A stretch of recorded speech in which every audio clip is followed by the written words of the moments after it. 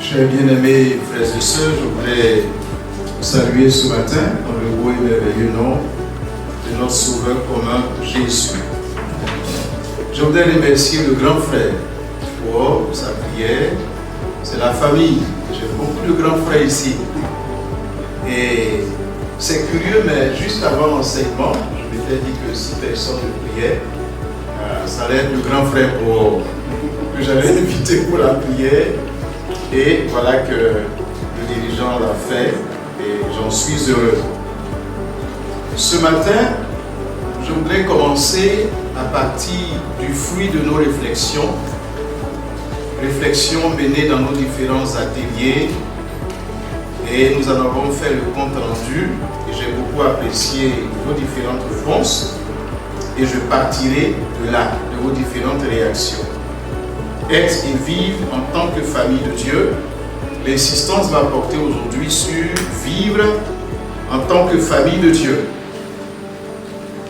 Vous l'aviez indiqué hier, tous les êtres humains ont des besoins fondamentaux qui sont satisfaits uniquement au sein de la famille physique.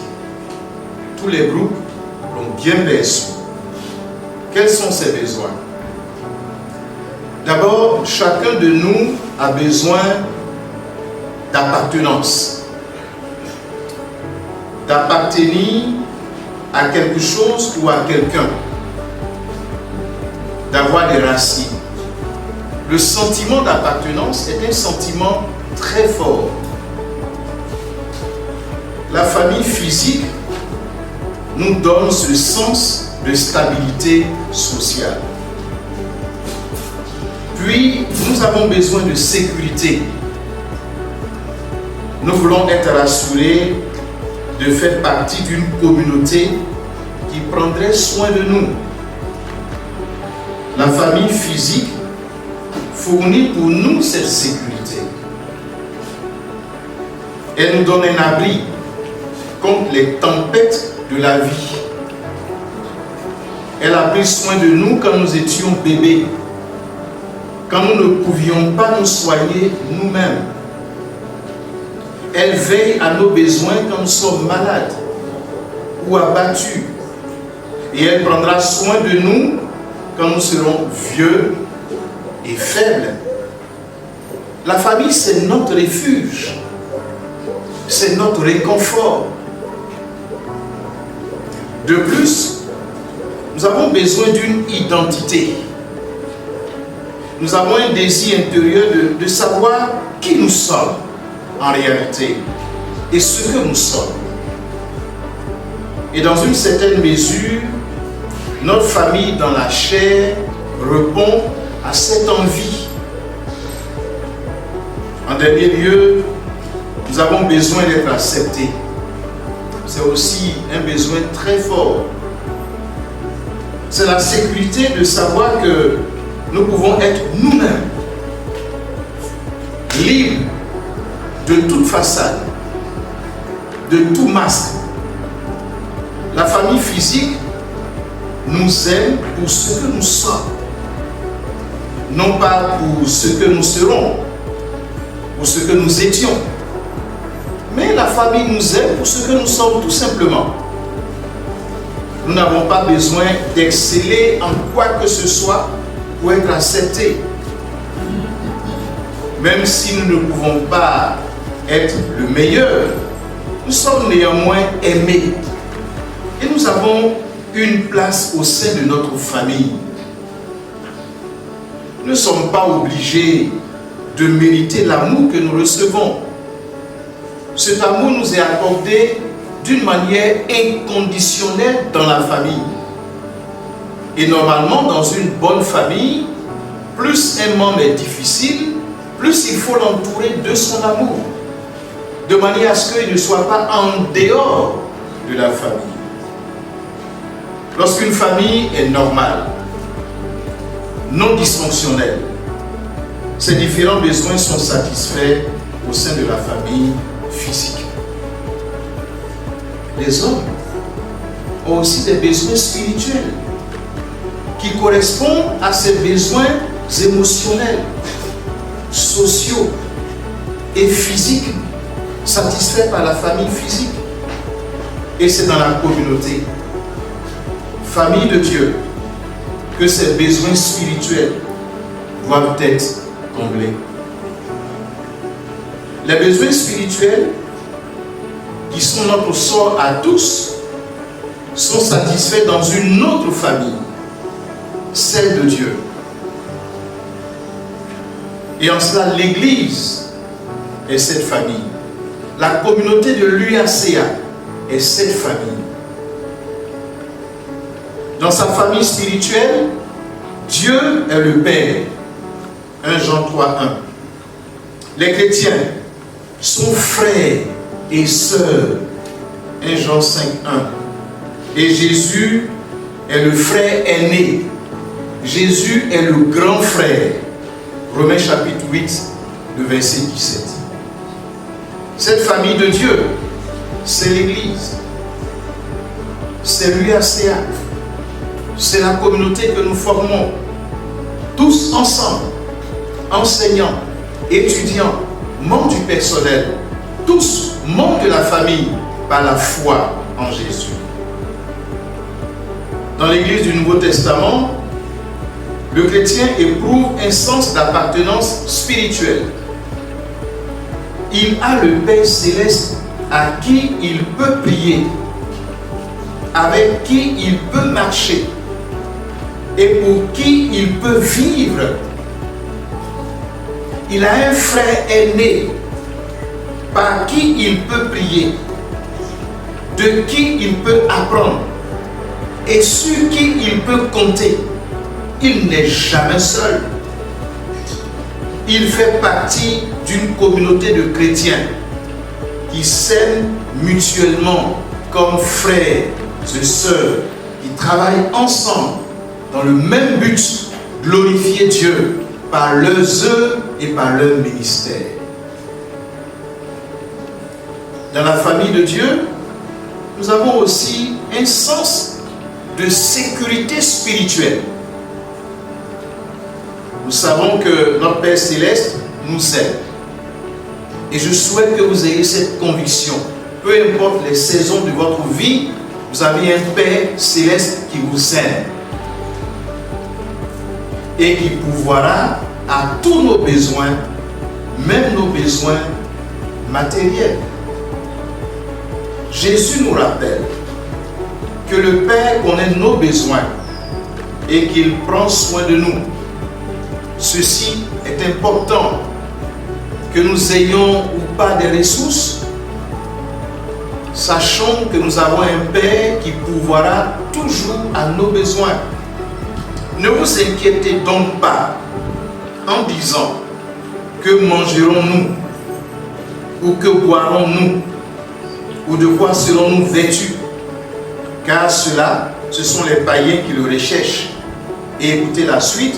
Or, votre Père Céleste sait que vous en avez besoin. Matthieu 6, les versets 31 et 32. Pour nos bien-aimés étudiants, nos jeunes frères étudiants, certainement que vous vous inquiétez pour l'écolage, pour les ressources matérielles et financières. Vous avez un Père qui pourvoit. Vous avez un Père qui surprend par sa bonté. Vous avez un Père qui renouvelle sa fidélité au quotidien. Il prend aussi soin de nos besoins spirituels. Jude nous rappelle ses provisions célestes dans la doxologie finale de son épître, quand il dit « À celui qui peut vous préserver de toute chute et vous faire paraître devant sa gloire, irrépréhensible dans l'allégresse. » C'est l'assurance que nous n'allons pas déchoir. Tant que nous marchons avec le Seigneur, il nous gardera jusqu'au bout. Jude 24. Nous avons besoin d'un sens d'identité spirituelle. Et ce besoin est satisfait dans la famille de Dieu. Autrefois, lorsque nous étions loin de Dieu, nous n'avions aucun but, aucune direction dans la vie. Mais quand nous recevons le Seigneur Jésus, il change la trajectoire de notre vie. Et c'est ce changement d'identité qui est ici mentionné dans 1 Pierre chapitre 2, versets 9 et 10, quand Pierre dit « Vous, par contre, vous êtes une race élue, un sacerdoce royal, une nation sainte, un peuple racheté, afin d'annoncer les vertus de celui qui vous a appelé des ténèbres, d'où nous étions, à son admirable lumière. Vous qui autrefois n'étiez pas un peuple et qui maintenant êtes le peuple de Dieu. Voici notre identité spirituelle. D'ennemis de Dieu, nous devenons les bien-aimés de Dieu. D'éloignés de Dieu, nous devenons le peuple de Dieu parce que nous avons cru en l'œuvre de Jésus à la gloire. Désormais, c'est notre identité. Nous sommes le peuple de Dieu. Ainsi, en tant que membres de la famille de Dieu, les chrétiens ont un héritage éternel, le ciel. Dieu a aussi un héritage, les chrétiens. Je vais hériter du ciel parce que je suis membre de la famille de Dieu. Mais je suis aussi l'héritage de Dieu. La famille de Dieu nous fournit de plus un sentiment d'approbation spirituelle.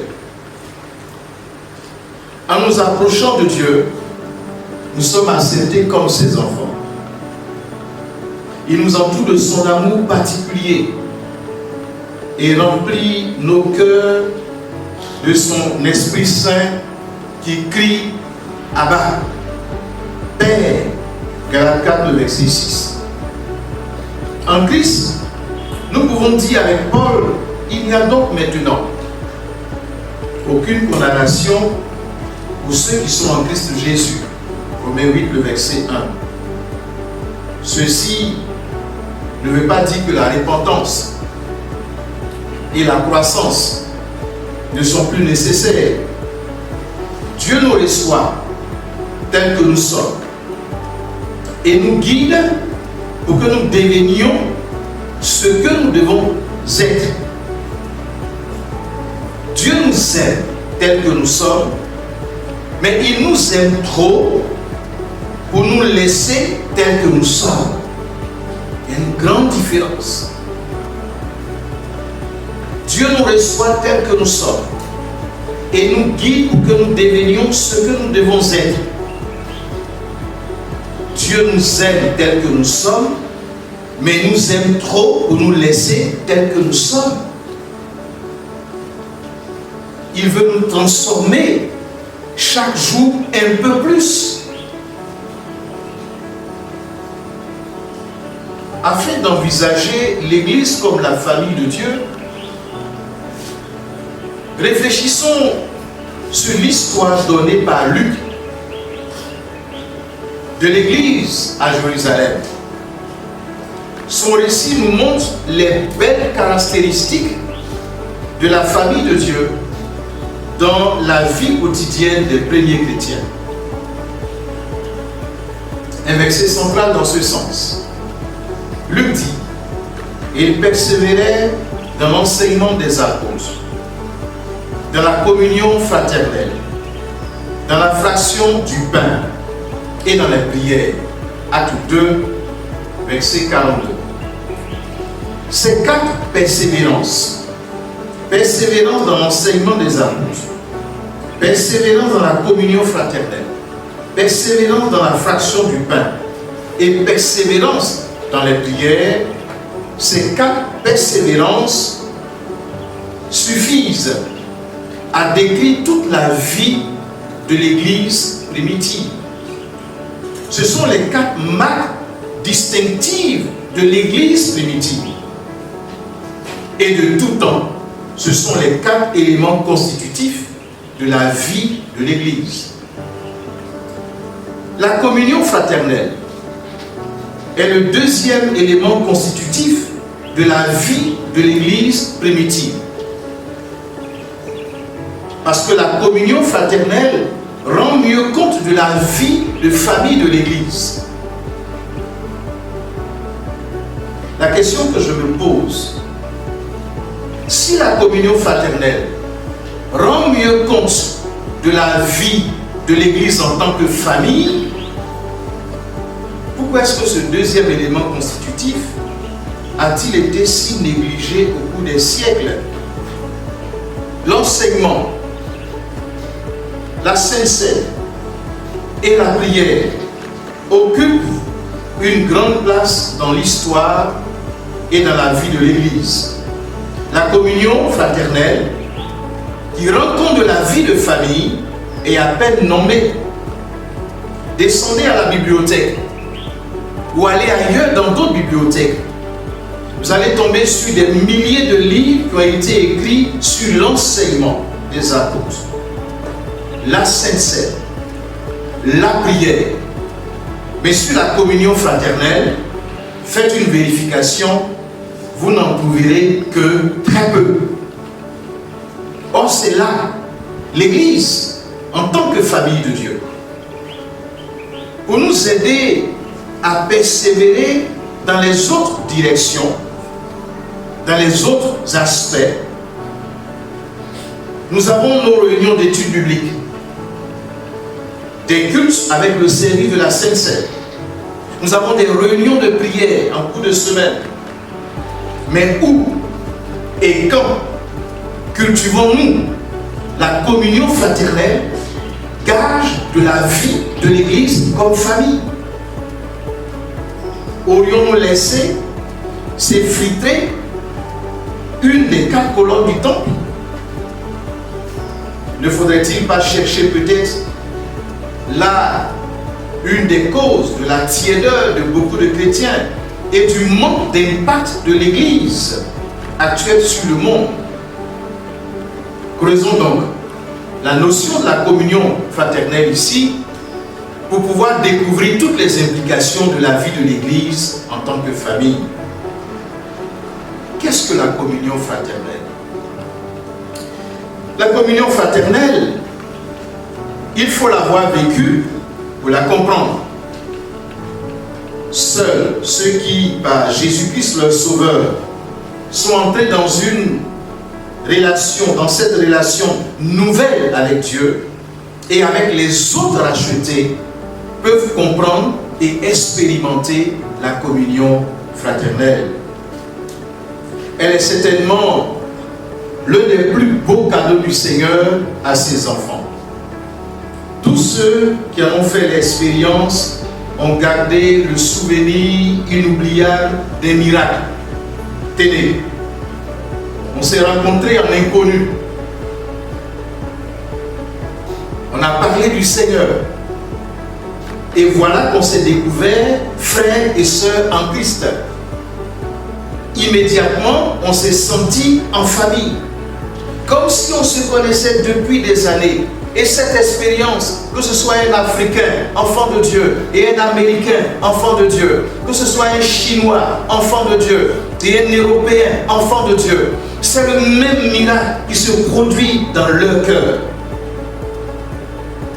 Une conviction implantée au tréfonds de nous-mêmes nous avertit que nous sommes enfants du même Père, animés du même esprit, héritiers d'une espérance commune. Nous pouvons prier, louer Dieu et travailler en commun, alors qu'on ne se connaissait pas du tout, qu'on n'est même pas de la même race, de la même région, de la même ethnie. C'est cela la communion fraternelle. On ne peut pas la définir, ça se vit dans l'être intérieur de ceux qui sont transformés par le Seigneur. Dieu, dit Paul, vous appelle à la communion de son Fils Jésus-Christ, notre Seigneur. C'est cela notre appel, la communion de son Fils. Cette communion est avec le Père et avec son Fils. 1 Jean 1,3. Et nous sommes devenus participants de la nature divine. 2 Pierre 1,4. Et c'est la raison pour laquelle nous sommes tous en communion les uns avec les autres. Avec le Père, avec le Fils, les uns avec les autres. Les chrétiens bénéficiaient d'un salut commun, Jude 3, d'une foi commune, Tite 1,4, entrent en communion les uns avec les autres, 1 Jean 1,3. Ayant trouvé en Dieu un Père, ils sont devenus les uns pour les autres des frères et des sœurs. Pourquoi la communion fraternelle? La communion fraternelle parce que elle constituait un des éléments essentiels de la vie de l'Église primitive. La communion des membres de l'Église se traduisait par d'étroites relations humaines et par la communauté des biens matériels. Parlant de cette vie de l'Église primitive, il est dit, en particulier celle de Jérusalem, tous ceux qui avaient cru vivaient ensemble et avaient tout en commun. Chaque jour, avec persévérance, ils étaient au temple. D'un commun accord, ils rompaient le pain dans la maison et prenaient leur nourriture avec joie et simplicité de cœur. Cette unité intense entre les membres de l'Église première avait une grande puissance d'attraction. Il est dit dans Actes 2, versets 45 à 47, ils louaient Dieu et trouvaient grâce auprès de tout le peuple. Et le Seigneur ajoutait chaque jour à la communauté ceux qui étaient sauvés. En réalité, il leur dit, je vous donne un commandement nouveau. Aimez-vous les uns les autres comme je vous ai aimé. Vous aussi, aimez-vous les uns les autres. À ceci, tous reconnaîtront que vous êtes mes disciples si vous avez de l'amour les uns pour les autres. Jean 13, 34 et 35. Il demande à son Père, dans sa prière sacerdotale de Jean 17, versets 22 et 23, qu'il soit un, comme nous sommes un. Et que le monde reconnaisse que tu m'as envoyé et que tu les as aimés comme tu m'as aimé. Jésus a révélé à Pierre, je bâtirai mon église. Et quelle directive Pierre a-t-il donné à son tour à l'église? Vous-même, comme des pierres vivantes, édifiez-vous, formez une maison spirituelle. 1 Pierre 2,5. Comment s'édifier? Former cette maison spirituelle? Eh bien, aimez-vous les uns les autres ardemment et de tout cœur. Ardemment et de tout cœur. Pas seulement aimez-vous, mais aimez-vous ardemment et de tout cœur, c'est-à-dire sincèrement. Notre amour dans nos communautés n'est plus sincère. C'est un amour superficiel. Or, Dieu veut que cet amour soit de tout cœur. 1 Pierre 1, le verset 22. L'agent d'édification de l'Église ne réside ni dans la doctrine, ni dans les principes ecclésiastiques, mais dans l'amour. Vous pouvez avoir une église avec une doctrine parfaite, mais s'il n'y a pas d'amour, il n'y a pas de transformation et de puissance dans la vie de cette église.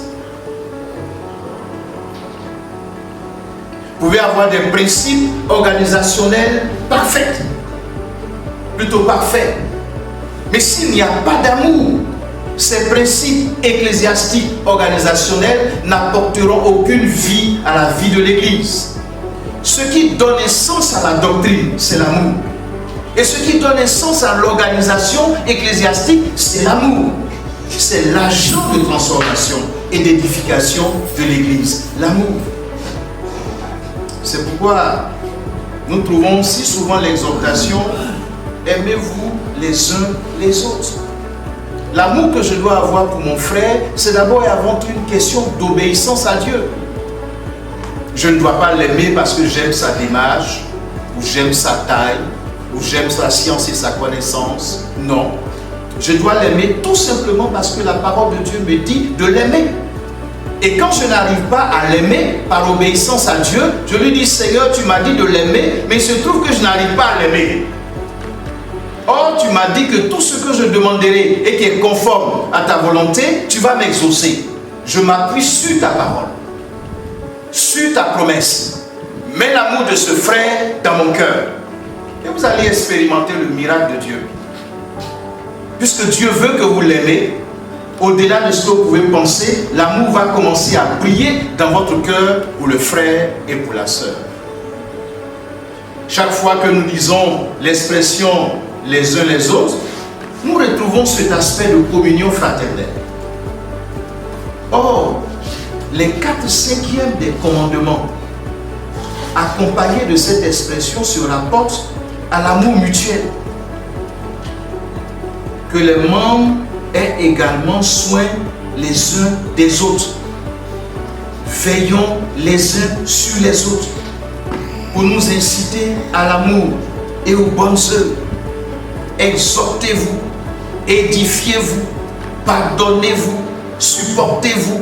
C'est très intéressant l'expression les uns les autres dans la parole de Dieu. Et cela nous ramène toujours au type de relation familiale qu'il nous faut avoir avec nos frères et avec nos sœurs. Cet amour mutuel est un fruit, Jean 5, le verset 11, et un signe, Jean 3, verset 14, de la nouvelle naissance.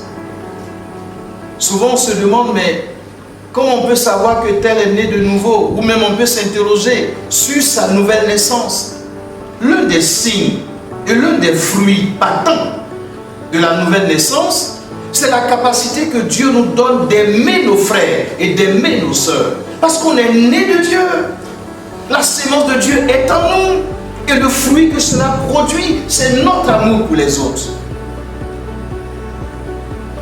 Dieu attend la réalisation de la vocation essentielle de l'Église locale pour les chrétiens. Si l'Église existe, en vue de glorifier d'abord et avant tout le Seigneur, l'Église existe pour elle-même, en vue de prendre soin de ses membres. Ces deux premiers aspects sont essentiels pour la troisième mission de l'Église qui consiste à aller vers les autres. Quand on n'a pas d'abord compris le sens de l'adoration réelle, on ne peut pas aller vers les autres. Et quand on n'a pas pris soin des siens, on ne peut pas aller vers les autres. Parce que même en allant vers les autres, quand Dieu les aurait sauvés et les aurait intégrés dans l'Église, nous n'en ferons pas des disciples. C'est la raison pour laquelle, après avoir adoré le Seigneur, la tâche urgente, c'est de prendre soin des membres de l'Église, ce que Dieu nous a déjà donné, et de créer les conditions pour que, après l'évangélisation, ce que Dieu va sauver naisse dans une famille qui est déjà disposée à prendre soin des nouveau-nés.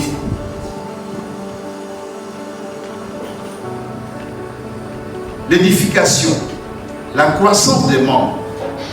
Dieu attend la réalisation de cette vocation essentielle de l'Église locale pour les chrétiens. Les édifier, veiller à leur croissance. Et les pasteurs à eux seuls ne pourront pas faire un tel travail. Presque toujours, lorsque les apôtres parlent d'édification, d'exhortation, de cueil d'âme, de confession des péchés, d'instruction, ils le font dans le cadre de la communion fraternelle. Pourquoi? Parce qu'un seul individu ne peut pas répondre à toutes ces attentes. Nous trouvons au moins une vingtaine de mots grecs se rapportant aux différentes fonctions. Avertir, convaincre, corriger, enseigner, instruire, aider, recommander, donner un avis, stimuler, faire avancer, veiller. On s'adressait à son frère ou à sa sœur pour les faire progresser sur tous les plans, en faisant appel à son intelligence, instruire, avertir, enseigner, à ses sentiments, consoler, réconforter, à sa volonté, exhorter, stimuler, encourager. Mais vous voyez que pour atteindre un tel ministère, il faut s'approcher des frères pour pouvoir remplir tout ça à ses côtés. Et ce n'est pas le travail d'un individu, mais c'est un travail de la communauté envers la communauté. Des frères et sœurs envers les frères et sœurs. On voulait fortifier à la fois sa connaissance du plan de Dieu et sa vie de piété. Chacun se sentait responsable de la croissance spirituelle du membre qui faisait partie du même corps. Le frère qui vient de donner sa vie au Seigneur, nous applaudissons. Ah, je suis venu donner ma vie à Jésus. Donnez l'applaudissement. Mais après, qui se soucie de la croissance de ce frère? Ce n'est même pas seulement une équipe d'affermissement dans l'église qui doit s'en occuper. C'est chaque fidèle qui doit avoir le souci de la croissance de son frère ou de sa sœur, de son intégration dans l'église en tant que famille. La communion fraternelle répond d'ailleurs aussi partiellement du moins à la vocation de l'église envers le monde. Jean 14 verset 35, Jean 17 le verset 23. Les relations nouvelles que les païens voyaient dans ce groupe calomnié les attiraient à l'église. Voici ce que les païens eux-mêmes disaient. Voyez comme ils s'aiment. Mais bien aimé, le monde cherche non une doctrine, mais la démonstration vécue d'une vie transformée. C'est ce que le monde cherche aujourd'hui. C'est ce que le monde cherche aujourd'hui. Le monde n'est pas en quête d'une église qui va prêcher une doctrine. Mais le monde est en quête d'une église qui va faire la démonstration de vie transformée en son sein. Pourquoi la communion fraternelle? C'est de la communion fraternelle que l'église et le monde d'aujourd'hui ont besoin. Le caractère distant des relations entre membres d'église, entre membres d'une même communauté, n'a rien d'édifiant et rien d'attirant. Absolument rien d'attirant. Sous prétexte de respect de l'autre, on laisse trop souvent le frère subir seul l'assaut de la tentation ou se dépêtrer avec ses problèmes. On s'étonne parfois que l'un ou l'autre soit retombé ou soit retourné dans le monde. Mais a-t-il été entouré, exhorté chaque jour, selon Hébreux 3, le verset 13, porté et protégé par les frères et sœurs? Qui s'est occupé de lui? Qui s'est investi dans sa vie? Ou fait de lui un disciple? On se plaint du manque de maturité des chrétiens. Mais pourrions-nous vivre et grandir avec un seul repas par semaine? Nous avons certes nos Bibles, mais nous avons tous besoin à un moment donné qu'un autre nous encourage à lire, nous aide à la comprendre et nous exhorte à la mettre en pratique. Là où la communion fraternelle est vivante et intense, les chrétiens grandissent et se développent harmonieusement. Des recherches ont montré que les arbres qui grandissent droit et bien droit et haut dans la forêt sont ceux qui grandissent les uns à côté des autres. Celui qui est isolé dans sa vie chrétienne ne peut pas avoir une croissance harmonieuse. Mais quand il grandit dans une famille où à gauche et à droite, il y a des frères et sœurs qui l'encadrent et qui l'accompagnent, il grandit et il grandit bien. Il grandit harmonieusement. Le monde, de son côté, aspire à trouver un milieu où les liens humains sont solides et profonds. Si le monde voit un groupe dans lequel les membres s'aiment réellement, selon 1 Jean 3, le verset 18, alors il écoutera peut-être aussi plus attentivement ce que les chrétiens ont à lui dire. Mais quand l'Église elle-même ne présente pas l'image d'une église qui sait ce que c'est que l'amour les uns pour les autres? Quel est le message que cette église peut porter et qui peut être entendu par le monde?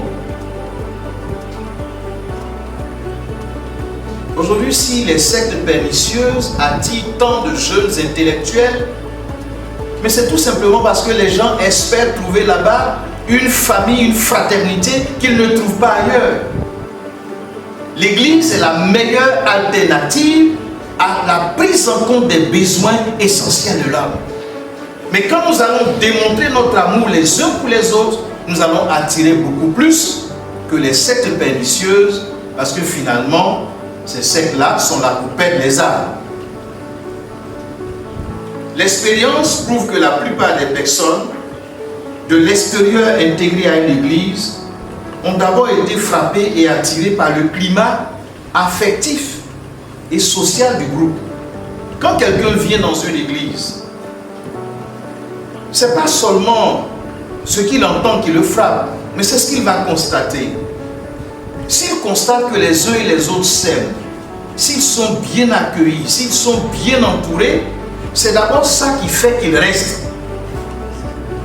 Sa pensée n'est sollicitée qu'en second lieu. Son intellect n'est sollicité qu'en second lieu. La dimension affective va le retenir ou va le faire partir.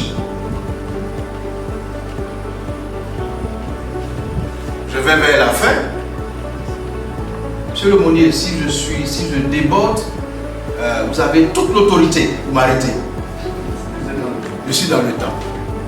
Comment manifester et développer la communion fraternelle? C'est le dernier point. Hier, vous l'avez dit dans vos différentes réponses. Comment manifester et développer la communion fraternelle? La communion vit d'échange. Pour s'épanouir et se développer, la communion fraternelle a besoin d'occasions où les chrétiens puissent se voir et s'entretenir. Et le samedi, il y a une belle occasion ici à l'UACA où chacun de nous sera dans une tenue lui permettant de faire le grand ménage.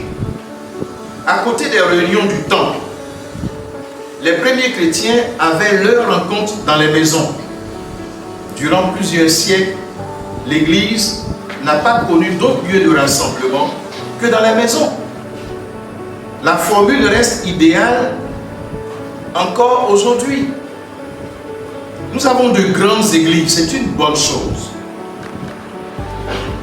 Mais nous avons intérêt à maintenir nos églises de maison, nos petits groupes d'échange, prier ensemble, chanter ensemble. Et je souhaite que les enseignants, les étudiants, les membres du personnel, d'une manière ou d'une autre, soient dans des petits groupes, de manière à chanter ensemble, à prier ensemble, à partager ensemble. C'est tout cela qui va créer le fort sentiment d'appartenance à une même famille, celle de l'UACA. L'église primitive avait aussi des réunions où l'on prenait des repas fraternels. Je crois que c'est dans l'un des groupes des étudiants où il a été dit qu'on doit manger ensemble. Et il s'est empressé d'ajouter de temps en temps, sachant qu'on ne pourra pas toujours manger ensemble. De temps en temps. Donc il faut des repas fraternels. Voilà encore une excellente manière de cultiver la communion fraternelle. Le repas commun n'est-il pas le symbole de la famille? En tout cas, dans les familles africaines, manger ensemble est le symbole de la famille. C'est la raison pour laquelle, moi, cela m'a tellement marqué. Mon grand-père, quand nous étions petits et que nous allions à Bouaké, on mangeait tous dans la même assiette avec notre grand-père. Et il y a beaucoup de cultures qui l'ont maintenu. Mais le fait de plonger la main dans la même assiette, de laper les 5 doigts et de replonger dans la même assiette, vous ne pouvez pas imaginer le fort sentiment familial que cela développe. Et mon grand-père, lui, il avait pour habitude de ramasser tout ce qui était viande, mettre dans une autre assiette, et selon ce qu'il te voit faire, tiens, un petit morceau. Si tu es trop gourmand, eh bien tu auras un petit morceau. Et donc tout ça crée le sentiment de la vie familiale. En partageant son repas, on peut partager aussi ses expériences et faire meilleure connaissance les uns avec les autres. Mangeons avec nos frères. Vous allez voir que jusqu'à la fin du repas, et même le petit temps passé après le repas, il y a des barrières qui tombent. Et on commence à se sentir proche du frère ou de la sœur. Week-end, promenade, sortie détente sont autant de formes modernes d'expression de la communion fraternelle, de la vie de famille et d'occasions à multiplier de manière à ce qu'il y ait des contacts personnels les uns avec les autres au sein de notre communauté. Je ne sais pas si, Président, je ne sais pas si c'est maintenu, mais quelquefois on faisait des sorties à la plage, quelquefois on jouait des matchs de football. Ce sont des choses qui semblent simples, mais je vous assure qu'il faut maintenir de manière à ce que nous puissions multiplier les occasions d'être ensemble en tant que famille. Lorsque, par la multiplication des liens humains, la confiance sera établie, celui qui passe par un moment de difficulté ou de tentation trouvera aussi le courage de sonner à la porte d'un frère ou d'une sœur pour lui demander conseil et intercession pour l'avancement spirituel de tous les deux. Dans l'Église, trop de chrétiens vivent tout seuls leurs tentations, leurs drames, leurs problèmes, parce qu'on ne crée pas les conditions pour que les barrières tombent et qu'on devienne réellement une famille. De telle sorte que souvent, quand on apprend, c'est déjà trop tard. Créons cela au niveau de l'UACA. Que personne dans cette institution ne se sente isolé, cheminant seul, vivant seul, portant ses fardeaux tout seul. Mais vivons de manière à ce que chacun ait le sentiment qu'il croit sur son chemin un père, une mère, un frère, une sœur, de telle sorte que dans les moments difficiles, il peut aller taper à la porte de quelqu'un. Dans les moments de joie, il peut aller se réjouir dans la maison de quelqu'un. Bien-aimés frères et sœurs, être et vivre en tant que famille de Dieu. Et aujourd'hui, nous avons mis l'accent sur l'un des piliers de l'Église primitive, la communion fraternelle, comme expression et comme symbole de la vie de famille. Cette édification mutuelle occupe une place primordiale dans le Nouveau Testament. Il est temps de lui redonner sa place dans l'Église. Et même au sein de notre communauté, en tant que communauté universitaire, c'est vrai, il y a les études, les recherches, les travaux, mais la spécificité de l'UACA, c'est qu'au milieu de toutes ces choses, il y a la communion entre enseignants, communion entre enseignants et membres du personnel, communion entre les étudiants et communion entre les étudiants et les différents corps de notre institution. C'est pour l'Église une question de vie ou de mort. Si elle veut survivre, croître, gagner des âmes et préparer les temps difficiles qui pourraient arriver d'une manière ou d'une autre sur l'Église de Jésus dans le monde, il lui faut coûte que coûte revenir à la communion fraternelle et rachetée par Jésus. Coûte que coûte revenir à l'Église en tant que famille de Dieu. Et pour l'UACA, si elle veut bien remplir son ministère et attirer un maximum d'étudiants, parce qu'ici on va trouver ce qu'on ne trouve pas ailleurs, il est vital qu'elle maintienne la vie de cette institution à côté des exigences académiques comme une vie de famille, une vie de communion les uns avec les autres. Qu'il en soit ainsi et qu'à Dieu seul soit la gloire. Amen.